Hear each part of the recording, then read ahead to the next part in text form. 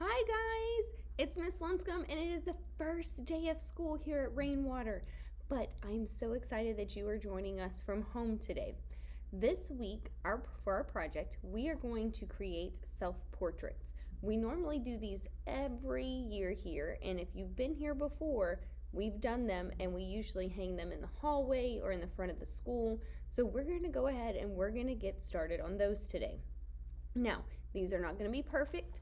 All I expect for you to do is your very best and follow the step-by-step directions that I'm going to show you.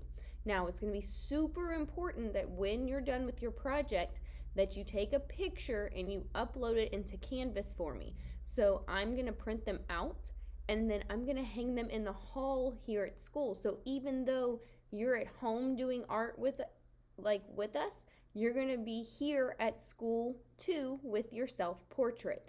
So make sure you follow the steps and let's get going. All right, you're going to need a piece of paper, a pencil, and a Sharpie. Start by putting your hand at the top of the paper and making a mark where your finger is. Do the same thing at the bottom, and then that way you know how big your head's going to be. Then you're going to make an oval that touches the top and the bottom of your head. I also put marks on the side.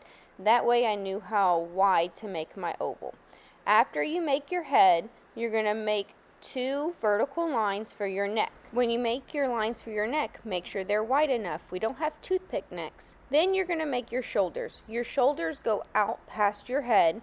So I made a broken line to show a guideline so I knew my shoulders would go past. Now after you do that, you're going to make a vertical line in the middle of your head and a horizontal line to make sure your head's even. On the horizontal line, you're going to make a wave line, a curved line to make the bottom of your eye and then connect it at the top. Then you're going to make a circle inside your eye and then a smaller circle to make your pupil that's going to be black. Then you're going to just put your eyebrows right on top. Make sure you leave some space. On your nose, you're going to make a small U shape for your nose and then 2 small ovals on each side.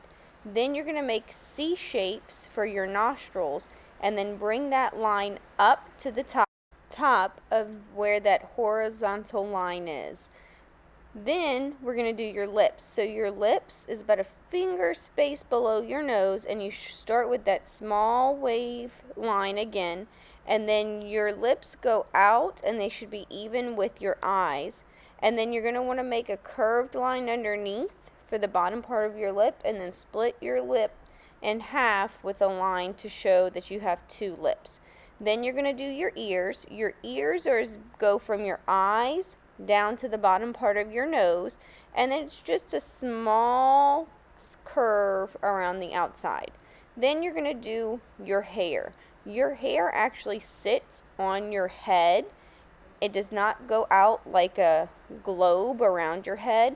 So notice I made my hairline. You might need a mirror to do that, but I made a hairline that's on my head, and my hair sometimes covers my eyebrows, so you'll see that right there.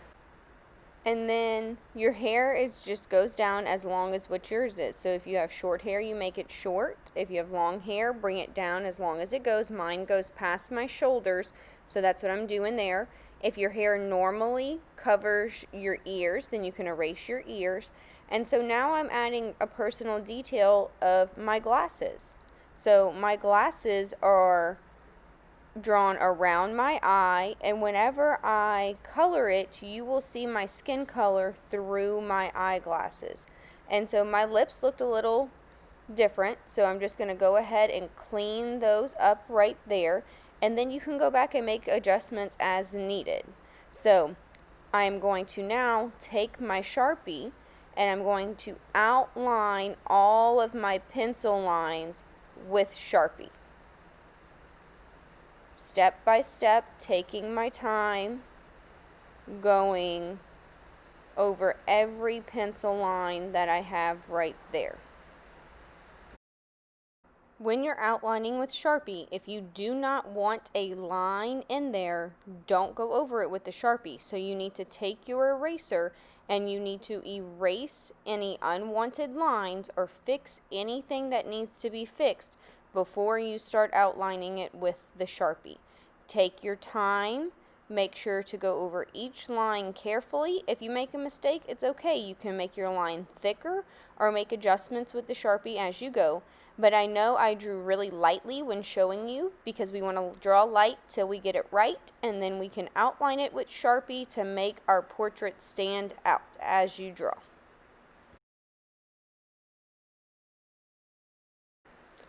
The next step is going to be coloring. I am going to erase any pencil marks that did not get erased whenever I was doing the Sharpie. Then you're going to color it in with crayons or colored pencils. You can use marker if that's all you have, but crayons and colored pencils will blend better and come out better. So take your time, and now you're just coloring inside the lines of your portrait. I went back with my Sharpie and I made lines in the hair to give it some texture and volume. And then I just take my time and color it in realistically using my proper skin color, hair color, and eye color. You can get creative with your shirt color. You can do your favorite color for your shirt. Totally up to you. But I want you to practice coloring in one direction. Then you're going to do your background. You can do a pattern inside of it. You can color it all one color if you want to. Totally up to you. But just be creative with your background. I'm doing polka dots, and then once I get my polka dots colored in, I'm going to color in one direction to get my background colored in. It's really important that we start thinking about those fine motor skills and we get the whole thing colored in one direction because it'll blend really, really well.